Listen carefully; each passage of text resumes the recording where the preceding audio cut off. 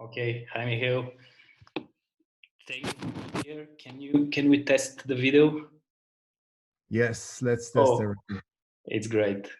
Okay, so I'm switching off my video in order to have optimal connection. We have already 35 people, so we're starting in 2 minutes. So as I said, for the people I will repeat that are coming now, we have 30 minutes to listen the story of SMSBump, and after that, we have 40 pre-prepared questions from many of you. They are curated based on milestones. So he will answer them, he will repeat them, or I will paste them in the chat. But we have, on average, minute and a half on each question. So uh, after that, if there is enough time, if Mihail has enough time, we will have more questions. But the process is actually to go to the participants list and to pick a hand in order to have optimal moderation. So, how are you, Mihail? Hi, Mitko. I'm doing well. Thank you. I'm just hoping, praying that the connection is good enough. I'm sorry, guys. Today, the internet provider has been horrendous. So the internet's dropping all the time. I hope this wouldn't be a problem, but in case, at any rate, if you don't hear me or if I sound a little bit blurry or robotic, please just mention it in the chat below. If I'm dropping at any point, it's not on purpose. I will come back. Again, unfortunately, the internet gods are not with us today.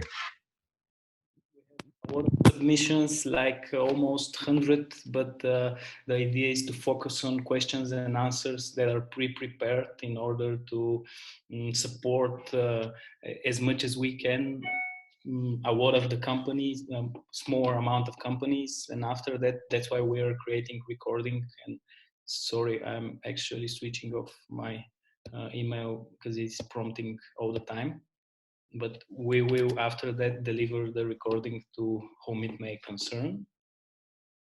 So I can see that we're reaching the optimal number that we actually promised, 40 people. So probably it's 7:05.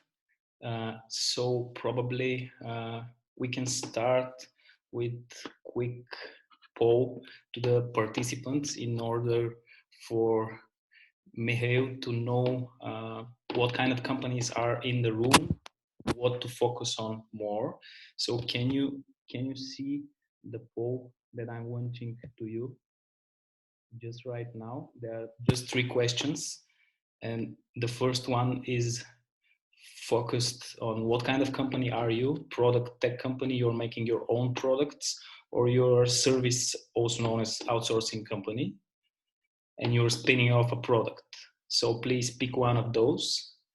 And the second question in the poll is, what kind of customers are you targeting? Small and medium enterprises, large companies, B2G or government, or your consumer focused business? And the third, my favorite question, is the most specific. This is a list of the first milestones according to the scientific methodology we are implementing, which is developed in Silicon Valley by Stanford, Berkeley, and people like Steve Blank. So the main hypothesis in this methodology is that there are ordered milestones, and the first milestone that you skipped is probably the most important to fix in your product roadmap. So the idea here is to pick the first milestone from these 10 of them that you are not ready, you have not completed. So the idea is for Mihail to know where in his story to focus and where to explain more. So 26 out of 43, 27, we're growing. Okay, so 50% of the companies are targeting small and medium enterprises, and 30% large enterprises. Mihail is asking about follow-up meeting with the participants. Yes, we have prepared second poll at the end of the event in order to see how many of you are passionate about having monthly Questups drinks with peers, product building companies, in order to discuss what you have learned from Mihail for after 2 weeks, and sharing what you have actually applied, what problems do you have, and what support do you need. And we have also prepared for you special questionnaire developed by my co-founder Maria Rashkovska, which is running the biggest product management community in Bulgaria, Product Tank. And if you actually complete this detailed questionnaire, you also get 1 hour of support from Questups about how to build your product strategy and scale your sales. So the last question we have the most interest, probably 15%, no, 24% about repeatable sales process and scalable customer acquisition channels, and 15% about customer development interviews. 18% is the second actually painful problem to be solved, found, and how to validate it via structured customer interviews. So we have 35 out of 44 questions polls completed. So we have like the average. So probably we can begin with Mihail and SMSBump's story. Thank you. I just want to make sure that everyone hears me good. Again, internet is atrocious today, so I'm doing my best to be on my phone's internet. Can you guys hear me? Yeah, you're a lot better now, actually. Okay, beautiful. A few minutes before it was a bit blurry and a bit slowed down, but now you're crystal clear, so the internet gods are actually with us today. All right. Well, you're far too kind saying it was a bit, because I think it was just horrible. But hello, everyone. Good evening. And nice to meet you all during those Corona times. Just to say, I hope all of you are doing well and Corona is not impacting your businesses that much. I hope it's not. And if there is anything that I can help with, obviously, I'll be more than happy to do so.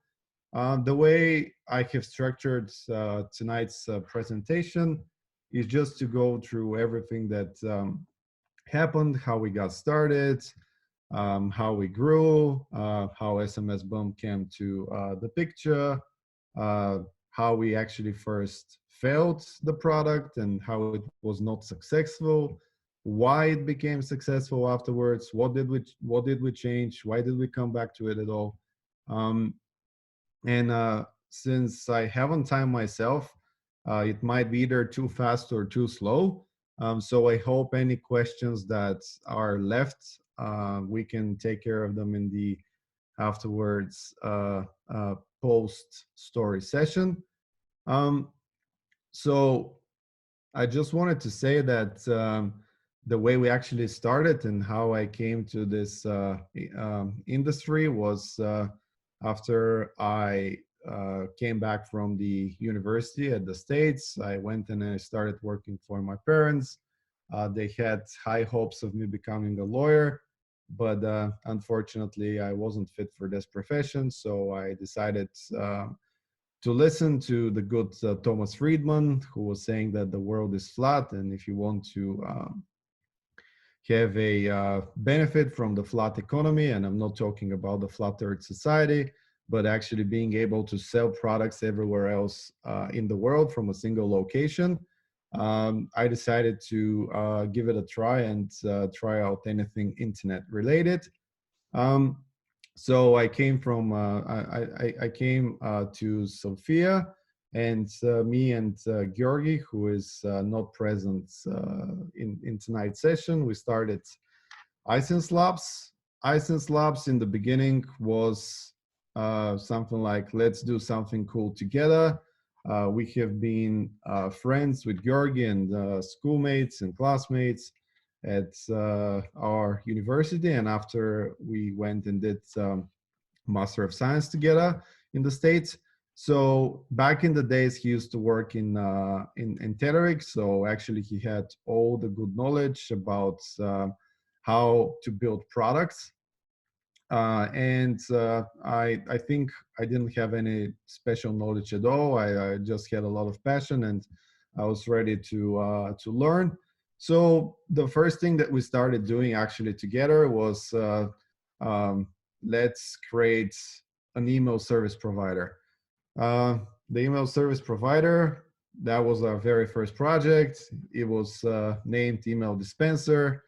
Uh, real screw up. Didn't go anywhere. It was back in the days where MailChimp was still the dominant player in the market. So we're trying to make a more simplistic solution and a better user experience. Little did we know that email is not as simple as it looks like, which I think applies for SMS as well. We actually started the project, two of us. Then we hired a few more guys to join in.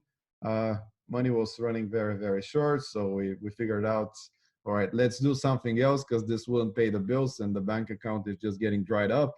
And the first thing that we did actually was started doing websites.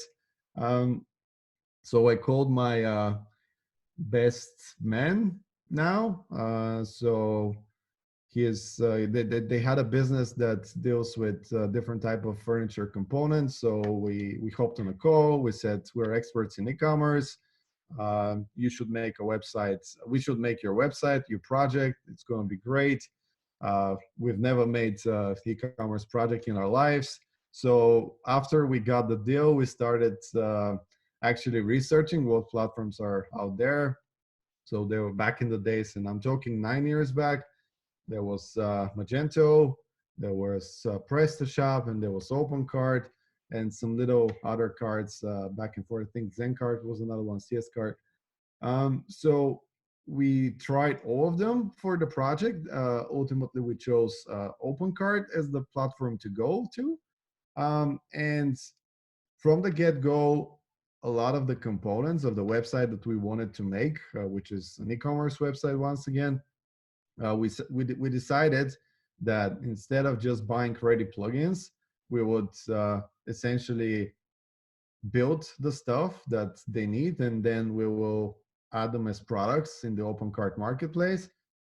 So we actually two of the products that we did for the first time came out of this idea, and we just did them. We shipped the project. The project also gave us those first products, which we started selling. I think, if I'm not mistaken, one of them was $17. What's important here, I think, is that we were able to see an opportunity in a project that we were able to do, and we were able to build components which later would mature into a product. And I know a lot of you might say, well, hold on a second, this is borderline legal, or it might have some implications. Yes, it is. We actually went to the owner and asked for their explicit permission to be able to resell those products that we did for their the project. And of course, he was more than welcome to say yes after we discounted on the price of the project. So it was a win-win for us. One thing that was very important was that we also, and with SMSBump later on, when I tell you why we did it, what we did is we went into an established market with a pretty solid marketplace in place, which I would argue that OpenCart used to be back in the days. So we were able to benefit from the single point of entry. All of the people, whenever they were searching for a solution, being an extension or a theme or an app, they were going to the marketplace. And in the marketplace, you had to do all types of neat tricks. So from the get-go, OpenCart was with a very good ecosystem. And we were able to actually start our very first product with building knowledge into how you can position well in a marketplace. Because of course, with everything else, we had a pretty solid competitors back in the days. So we had to choose whether to compete on quality, whether to compete on price, whether to compete on service, and how we're going to differentiate ourselves. So, of course, one bird doesn't make spring, I think is the expression. We couldn't pay the bills, so we started doing more and more projects just to be able to kind of like afford some people and pay them salaries. I think um, between developing products and actually getting projects, there is always the notion of whether you want the sure thing, which I would argue is the project, and essentially it's the higher valued one, the higher paid one, the higher reward one in terms of experience. But again, I think all of us are in the same boat, and you know that customers can be troublesome, a plan can shift, an arrangement can change, a business can go bust. So while we were using the money from the projects that we did for various customers, we started putting this money back and investing this money back into building products. Up until the time when I decided to move on from iSense Labs, because we started seeing SMSBump actually grow in popularity. We have built about 120 products. So 120 products, uh, some of them successful, most of them medium, I would say mediocrely successful, even though we have to know that OpenCart is a pretty small marketplace. So if you have huge plans of growing, you need to make sure that you're swimming in the right lake.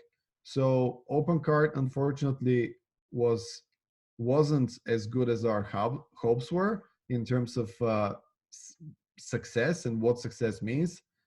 Just to give you a perspective, one maybe 2 years after we started on OpenCart, we got a email from the founder, whose name is Daniel Kerr, and he said, "Congratulations, you're now number one in sales." And when we saw the number of sales that we were getting, and we were like, "Whoa, is this number one? Then we should really pivot and go away from here, because it seems that the market is not growing as fast as we are producing new products." Um, of course, it's one thing to say something and another thing to actually do it.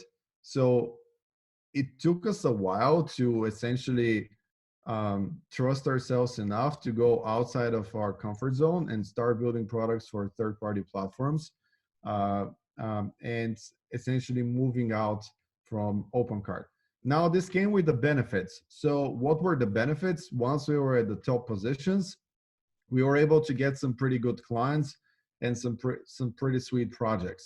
So I remember back in the days, we we wanted to get a big project. The reality is that once you get a big project, it's very easy to go and approach the competitors of this let's say brand and say, "Hey, I work with those guys. We can do the same for you. This is how much it's going to cost." So there was some interest around building a payment provider for MasterCard back in the days. So MasterCard, all of us know who they are. They wanted to build a payment provider for OpenCard. Back in the days, OpenCard were working with another agency and not with us. And the founder was absolutely stereotypical. He was like, "I wouldn't change anything if this works. All of the projects will go directly to the company I'm working with."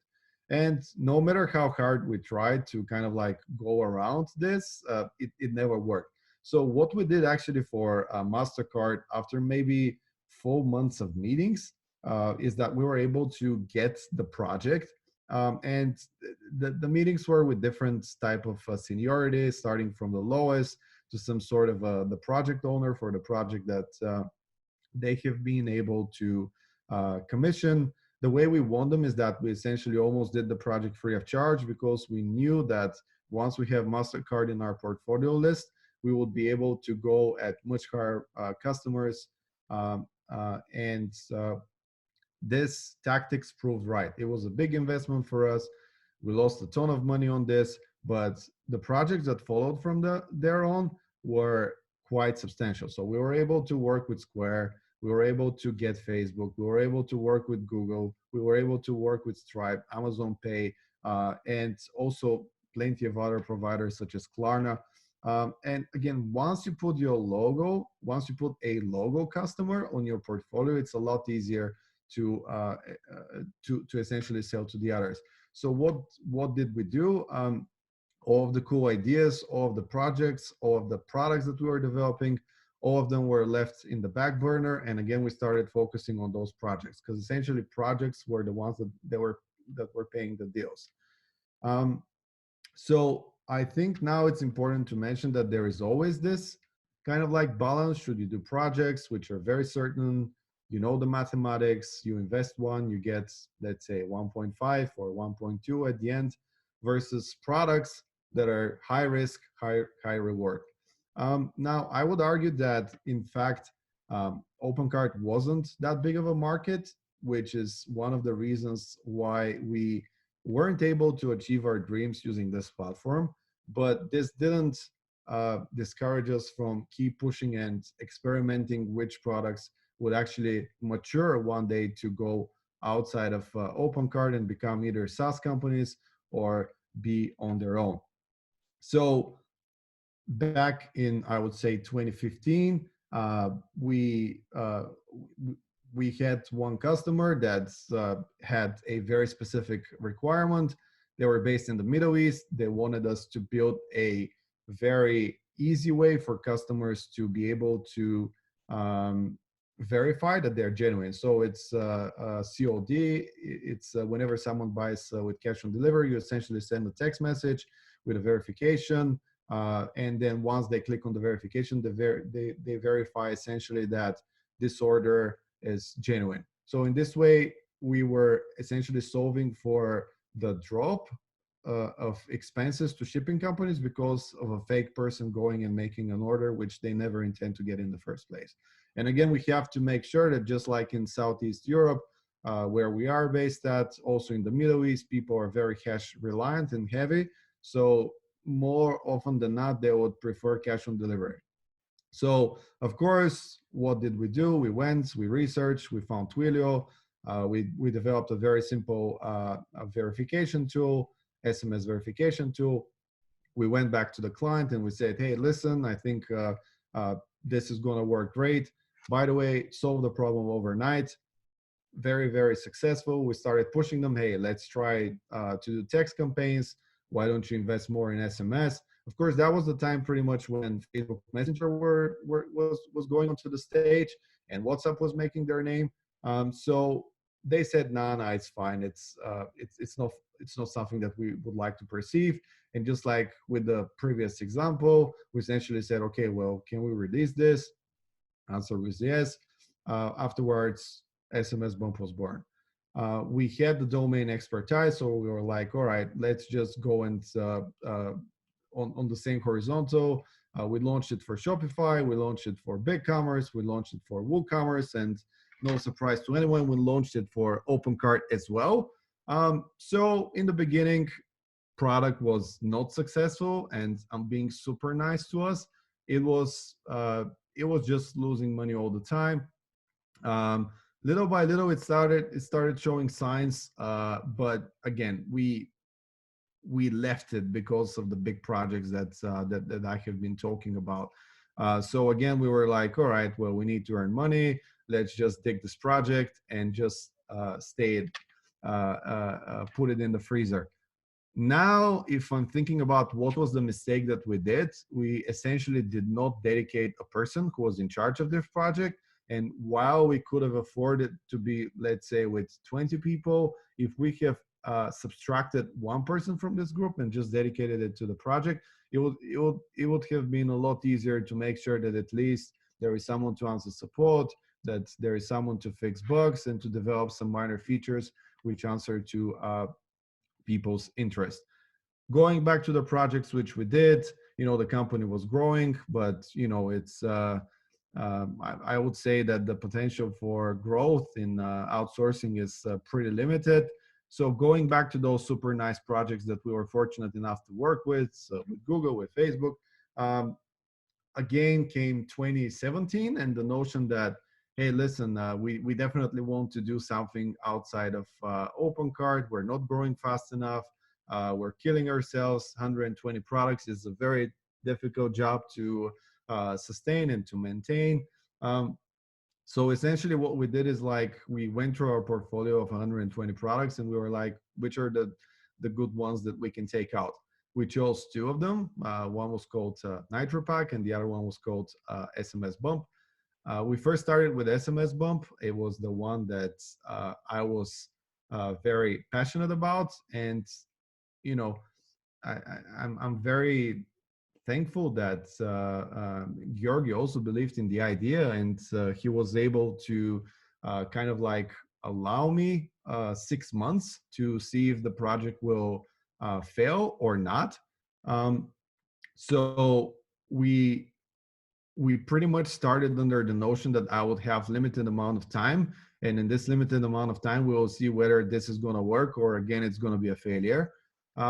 So what we did is we went through the team and pretty much asked the guys who is passionate about working on a side project, and we took one of our good developers. So actually, me and the developer started working from scratch. Pretty much, we did have a very good base to jump on, but essentially, we were preparing a relaunch. So anything that has to do with mocking up, with sketches, with sales tactics, with support setup was orchestrated by the both of us. So the way we divided the work, I was doing pretty much all the business side while he was recoding the project, the product, making sure it's ready to launch. Back in the days, we chose Shopify. Why did we choose Shopify? So Shopify was on the news all the time. We were pretty much aware of what OpenCart can do. Magento was on the table, but we were very excited about being part of a hosted solution platform where pretty much customers are used to paying monthly and they have the credit card on file. In Magento and let's say OpenCart or WooCommerce, pretty much you pay for a product once, it's sub-licensed, used for 1 year, and then good luck trying to get money out of the customer. Again, very, very difficult. Most of them don't pay. Piracy is a great deal of trouble. So as soon as SMSBump was making, I would say, a few $100s a month, we decided it's a good product to focus on. We chose Shopify as a platform mainly because of its scalability, of it being on the news, of it being present all the time. And again, we just have in mind that we already had the project built for Shopify. So essentially what we did is we made it look better. We expanded the functionality and we just launched it. We launched it in October 2017. And in 3 months, it essentially proved to be, I would say, doing okay. It just showed very primitive signs. The moment where we realized that there is a gap in the market, and what we did is we actually started implementing an abandoned cart mechanism in the cart. For those of you that don't know, abandoned cart is you go and you shop something at a store. Let's say, do not complete an order, but you would like to hear back from the company, and you give consent, we send you a text message. So it turned out that text messages work extremely well in a very densely populated and cluttered email marketing space. So people started responding to those text messages really, really great. And from the get-go, we were able to double down on the analytics side. So essentially what we did is we did a very easy way for customers so we did a very coherent and clear way to display the analytics. So very clear attribution of you invest X, you make Y, the return on investment is Z, and a very easy way for customers to kind of like maybe take a snapshot and post about it across the social media. And this alongside with abandoned cart, which I would say it was pretty novel back in the days. There were a lot of SMS providers, and we should be very, very clear about this, but not a lot or very few were focused on e-commerce. So when we started, I think us focusing on abandoned cart reminders, which was something I would say novelty, very used for email, but not utilized for SMS, as well as a very clear attribution model, were the two successful pillars which were able to kind of like scale the business. I would say in 6 months of SMSBump, we were making more money than all of the 120 products, and we were working perhaps 2 or 3 people on this project. And then we really, how can I say, proof. We had the project, the product market fit. People were loving it. They were sharing it. We were surfing on some good word of mouth with the product. So essentially, what we did was a very, very good and fast growing, I would say, growth stage.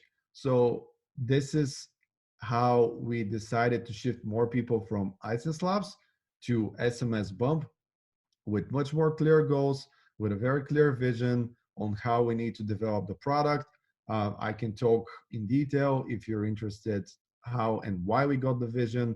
I just want to be very clear that from the beginning we haven't invested any marketing in acquiring customers. There is a great book which I would recommend, which is called Blue Ocean Strategy. So what we did was, again, we went to a marketplace, which was the I would say the single stop for buying products, versus I would feel like in WordPress and WooCommerce, even though there is a marketplace, products are a little bit scattered in the universe. So it's a different type of demographics.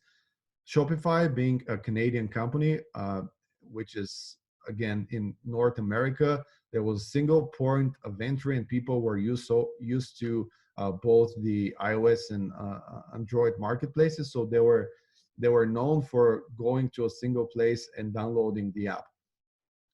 Back in the days, again, we were able to facilitate and grab all of the incoming traffic. We started growing more and more.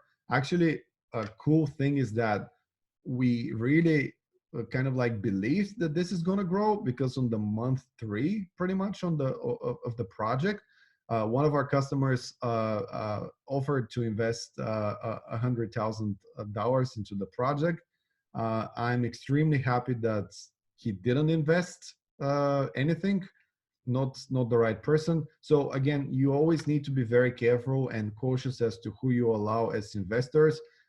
Don't always look at the nominal value of the money. Always think how this person can help me grow, and after I don't need money anymore, will this be a hindrance, or will they actually help me grow? Will they open new doors, new connections, and so on and so forth? One more month passed. Again, there was another investor inquiry.